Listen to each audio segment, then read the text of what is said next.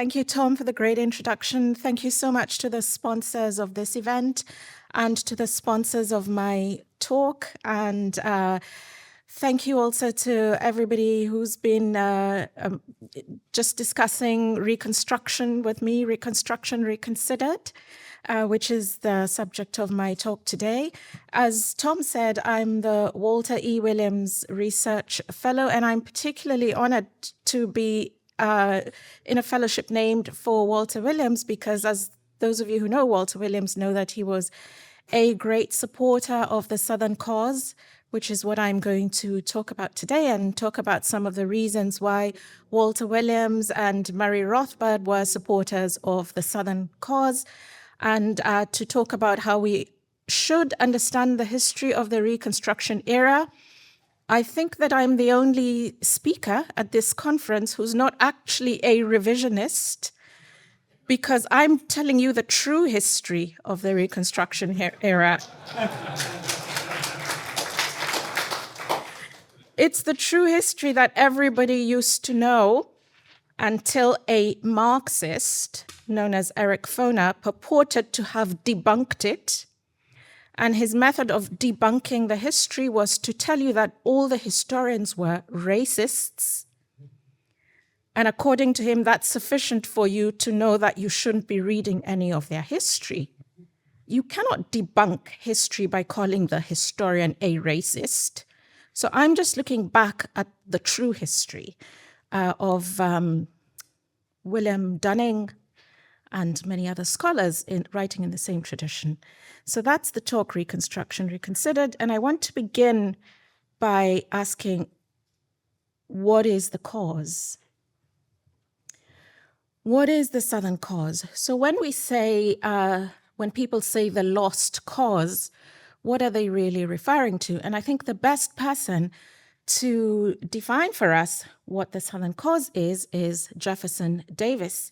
He would be in a position to know because he spoke at length, endlessly about it in the Senate, in the United States Senate, and later became the president of the Confederate States of America.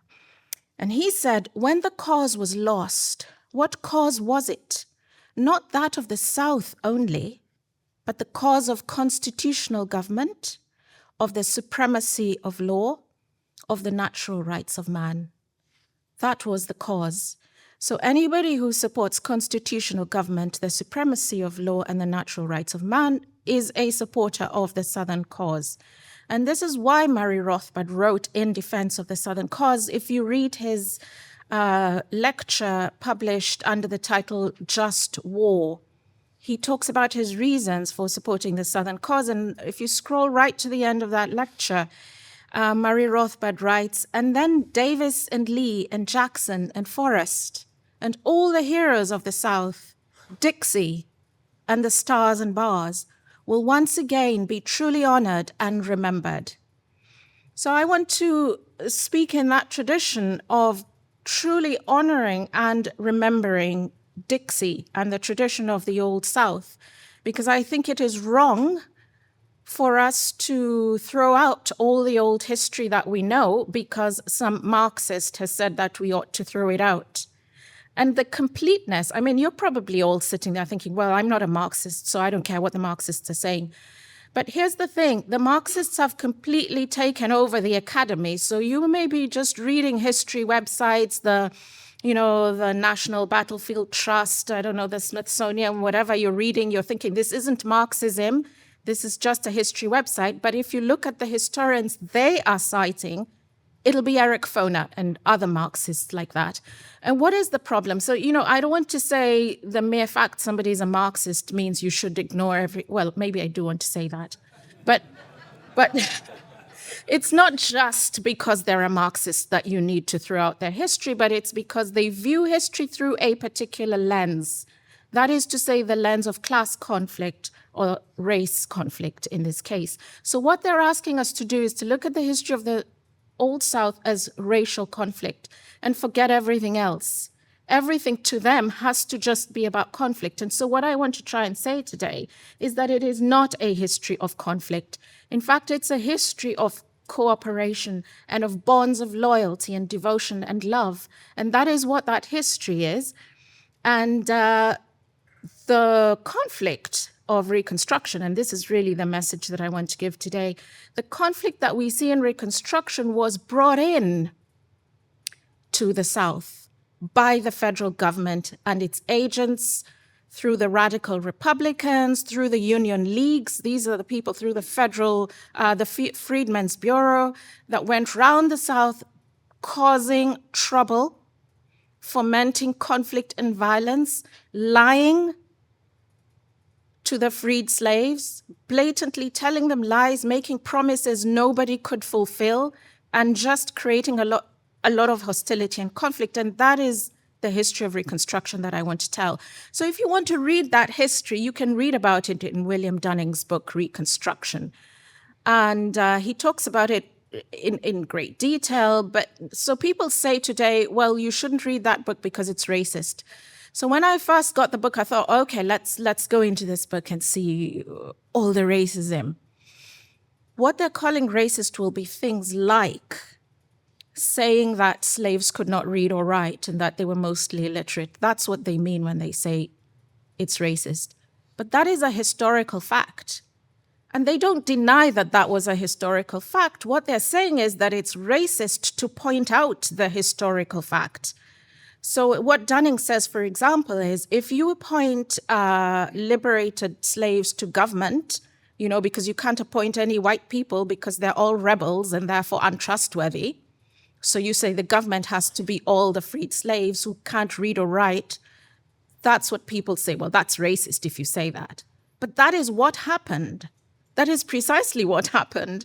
So I just want to look at this history and to ask, on whom should we pin the blame for the violence and for the racial conflict that erupted in the South? And I'm going to suggest to you that we should pin this squarely on the radical Republicans. That's history. That's not revisionist history. That is the history that happened. So many historians have remarked on the extent to which Abraham Lincoln centralized federal power through his war against the South. And this continued into the Reconstruction era. That's why I call it the world Lincoln's War destroyed, because that is what the war did. It broke up that world and introduced the world we have now, which is a world of racial conflict. So Eric Foner, the Marxist, actually writes in his revised history of Reconstruction, he has this whole section in the book called The World the War Made. He thinks that's a compliment. He means that in a good way. Look at the world the war made. He thinks you can make a better world through war. And what I want to suggest to you is you don't create new worlds through war, you destroy old worlds. And this, in fact, was one of the points that the Confederate States were trying to make when they seceded. What are you introducing if you break up the old world? What's the new world that you are introducing? There wasn't anything positive to be introduced, and we're still suffering from the effects of that today. Tom said earlier that I've done a lot of work with David Gordon, and I actually have a quote from David Gordon on exactly what I'm about to describe. David Gordon says, frequently, an accepted version of the past turns out to be based on mythology, created to advance special interests. Right, that's what David says. And the mythology that I want to present to you is the mythology constructed by the Marxist revisionists, created to advance their interests of centralizing even more power in the federal government. So this is the Marxist theory, because they believe in conflict. So they say, oh, we have racial conflict, it was caused by racism, and the only way to fix it is to vest more power in the central government to keep the oppressed race safe from the oppressor race that's trying to destroy them. So the more racial conflict there is, the more justification to vest more power in the federal government. And that's why they do it. I mean, in their so-called civil rights acts. So Murray Rothbard said civil rights are phony rights. In their so-called Civil Rights Act of 1871, they gave the president power to suspend habeas corpus. And they said the reason why the president should have such power is because look at what the racists in the South are doing. We need the president to have power to suspend habeas corpus so we can round them all up and jail them and not have to worry about due process. So the more they can create conflict and violence, the more they're able to justify power to themselves. Were people concerned about the suspension of habeas corpus? Yes, they were.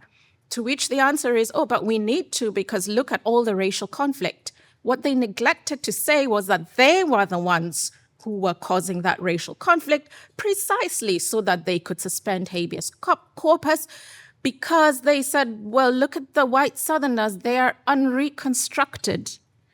I say that because I have a lot of unreconstructed friends.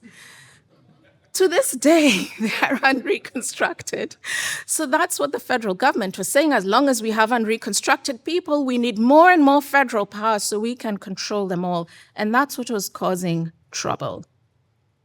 So just as it was alleged that General Sherman's burning of the South was to free the slaves, so they said that the federal powers being introduced in the South during Reconstruction were to enforce racial equality, they said.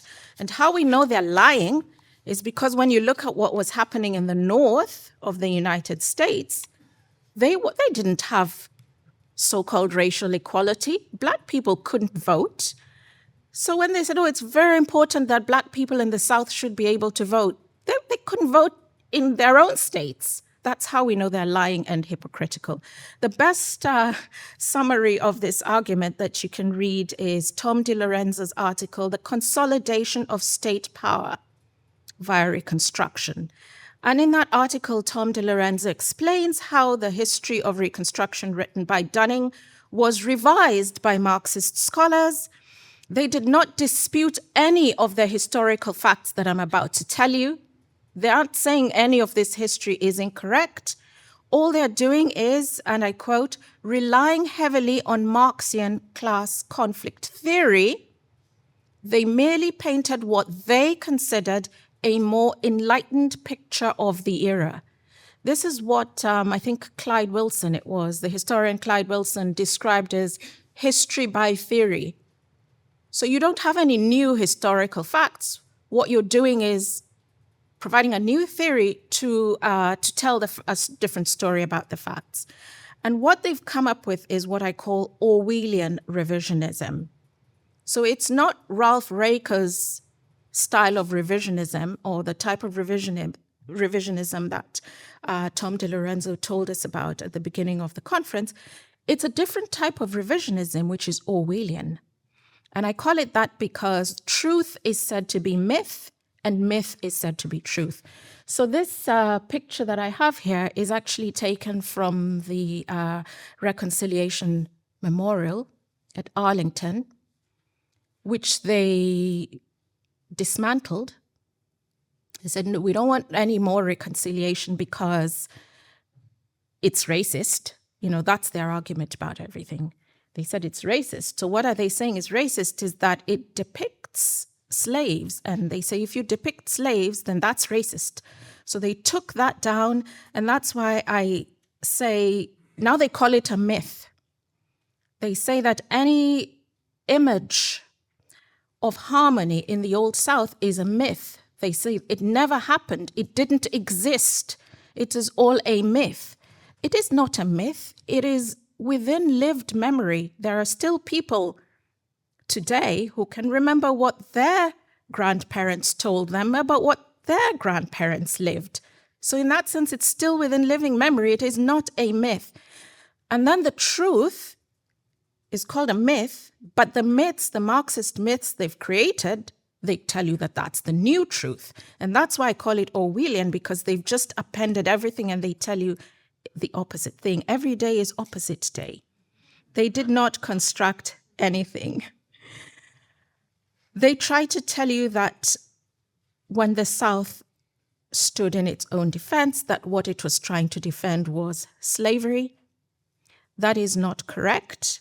The South was defending its independence, And so that people like to cite John C. Calhoun in the Senate defending slavery, and what he said, and this is why I think this image is so evocative. Calhoun said, "I fearlessly assert that the existing relation between the two races in the South, against which these blind fanatics are waging war, forms the most solid and durable foundation on which to rear free and stable political institutions." When Calhoun talked about blind fanatics waging war against the South, he was referring to the fanatical abolitionist terrorists like John Brown. I don't think I have time to tell you about him today, but you can go look him up. He believed that God had appointed him to go and kill the slave owners. And by the way, nothing is ever said about the slave owners of the North. That's how we know that they're hypocrites. And I also have a quote from Jefferson Davis in 1848 in the United States Senate when they were debating the Oregon Bill. So there was a debate between the free states and the slave states as to whether the slave states were permitted to settle in the new territories.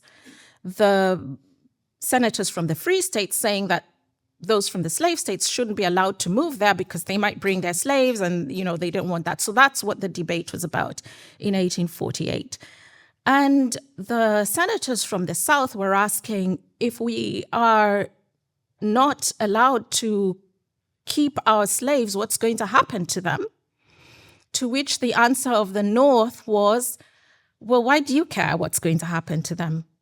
And John Dix of New York said, well, they'll die out. They'll go extinct. Why? What's the problem? That was their kind of attitude. And it's not just, I don't want to depict them as some peculiarly terrible people. That was quite a widespread view at the time. So if you read Robert Higgs's Coercion, Free and Coerced Labor, when he's talking about emancipation and what people expected, that was quite a widespread expectation. People at the time thought that if you didn't keep the slaves and look after them, that they would just die out and go extinct. That's what they believed, although they were proved to be wrong, but that's what they thought at the time.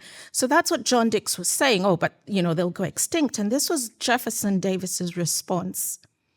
He says, "With surprise and horror, I heard this announcement of a policy which seeks through poverty and degradation the extinction of a race of human beings domesticated among us."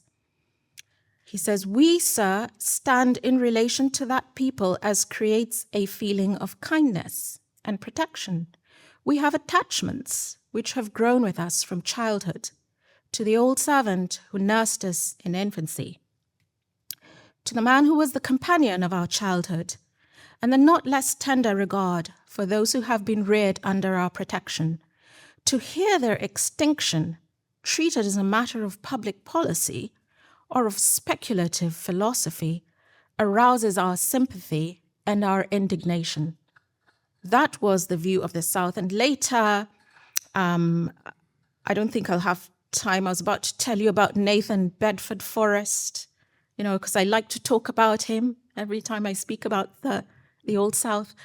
So I was going to tell you all about how he rode to war with his slaves. When Jefferson Davis talks about the man who was the companion of our childhood, that was the reason why many Confederate officers went to war with their slaves. So now the Marxists are saying, well, that doesn't count. It doesn't count because, the only reason they brought them was so they could carry the baggage and drive the horses and, look after, feed, make sure the horses are well fed. Well, yes, that is not debunking the history. That's just describing the bonds of loyalty and devotion between them. So now let's see what improvements Lincoln was going to bring during Reconstruction. What was the world Lincoln wanted to make? Lincoln's plan was to deport all the freed slaves. He was going to free them and deport them. Lincoln thought they would be grateful and happy. He wasn't planning this. I know many people here don't like Lincoln, but I'm gonna be the only person here to speak in his defense. He wasn't planning this as a form of punishment. He thought they would welcome being returned to whence they came. That was his idea. He said, we'll just lay on ships, we'll send them to Africa, to Liberia, to Central America, to Haiti. In fact, a lot of them were taken to Haiti. They didn't like it very much in Haiti. They soon came back. But that was Lincoln's plan. And you can see that even one of the governors of Massachusetts at the time, who was saying, all the slaves need to be freed. And when people said to him, well, can they come to Massachusetts when they're free? He says, oh, no, don't come to Massachusetts. Why don't you stay in the South where it's warm and you'll be happy? So this is the idea that these people who wanted to free the slaves didn't want anything to do with them. They wanted to free them, and that'd be somebody else's problem. Go to Haiti or anywhere. So that was the plan. He was going to rid the United States of them exactly as New England had rid itself of slavery by selling their slaves to the South. So I'm just going to conclude this section with a quote again from Tom DiLorenzo, who says, the war for Southern independence was not a war to free the slaves, as the high school civics class version of history has been presented. He says, rather, it was a war between Southerners who wanted to maintain the founders' system of limited, decentralized government, and Northern Yankees, sorry to say the word Yankees, Murray Rothbard talks about Yankees a lot as well. So if you're wondering, what's a Yankee? Go look up Murray Rothbard's writing on this. I'm just reading from DiLorenzo. He says, Northern Yankees who wanted to replace the old republic with a highly centralized mercantilist state. An auxiliary myth has it that federal policy in the conquered South was aimed at binding the nation's wounds and establishing a just and lasting peace. That is not what they did. The first thing they did when they arrived in the South, this is South Carolina in 1863. So it's relatively quite soon after war broke out, and as soon as they had control of parts of the South, what was the first thing they did in order to bind the nation's wounds and establish a just and lasting peace? It was to conscript the freed slaves into the army, into the Union Army, and to give them weapons. I don't know what peace they thought they were going to create in that fashion. Many of these, I use the word conscript because the way they said it was that the slaves freed themselves. They like telling you this now. They freed themselves and ran to the Union Army and said, we want to be soldiers. That's not what happened. A lot of them were virtually kidnapped from the woods where they fled to avoid the Union Army. And they were just basically just put into the army and told, you're in the army now, and given uniforms and weapons and told them, you are now in charge of policing the white Southerners. You are the people in charge. Fleming has a really good discussion of some of the lies that these people were told. Apparently, some of the freed slaves believed, were led to believe, I should say, that now the whites would be their slaves. It's like now you are the people in charge. Look at them sitting there on the podium. These are the Yankees that Rothbard described. We've rescued you, we've given you weapons, and now you are going to be in charge. And that is exactly what happened. This is the world that Lincoln's war made. The man, so this image, you'll see this image sent around a lot as to illustrate Reconstruction. They think that this is an image that paints them in a very good light. The man standing in the center there is from the Freedmen's Bureau. And you can just see him. He's put himself, he's the savior, redeemer. By the way, they used to tell the freed slaves that they should all vote Republican because Jesus Christ was a Republican. So he's standing there. As you can see, he's depicted, he's got the freed slaves behind him, and he's keeping them safe from the unreconstructed Southerners, whom he's saying, no, don't attack these freed former slaves that I am now going to keep safe. And that's the image they like you to see, because you think, oh, wow, that's so nice. We need the federal government to keep the races apart. Otherwise, they're just going to be fighting all the time at each other's throats. This is the world they made, and they think it's great. They're actually proud of this. They think it's better than the old South that they destroyed. In fact, these men from the Freedmen's Bureau were the people who told lies, spread propaganda. They would tell freed slaves that the white Southerners just want to attack them all. I think it was Thaddeus Stevens in Congress who would brazenly lie and say that if they don't send the federal troops to the South, all the white Southerners are going to exterminate all the freed slaves, and he said they'll be buried in unmarked graves. They are the ones who in 1848 was saying, well, who cares? They can go extinct, we don't care. But now in Reconstruction, they're pretending that without their interventions, nobody will be able to keep anybody safe in the South. And so these, I don't think I'll have time to go through it, but I talk about how the white militia started to form units for self-defense. I talk about the rise of the Ku Klux Klan, which arose in response to the fact that all the freed slaves had been armed and fed with propaganda and made to feel as if they were fighting defense when there was nothing to defend against. And so the white militia now armed themselves to fight defense from people who were attacking them under the impression that they were fighting defense. And the federal government loves this because it just creates more and more violence for them to come in and reform. And that's why they like to tell us, oh, the Ku Klux were just racist and they wanted to attack people. Why? Because they were racist, and they don't tell you the truth of the trouble that they had caused.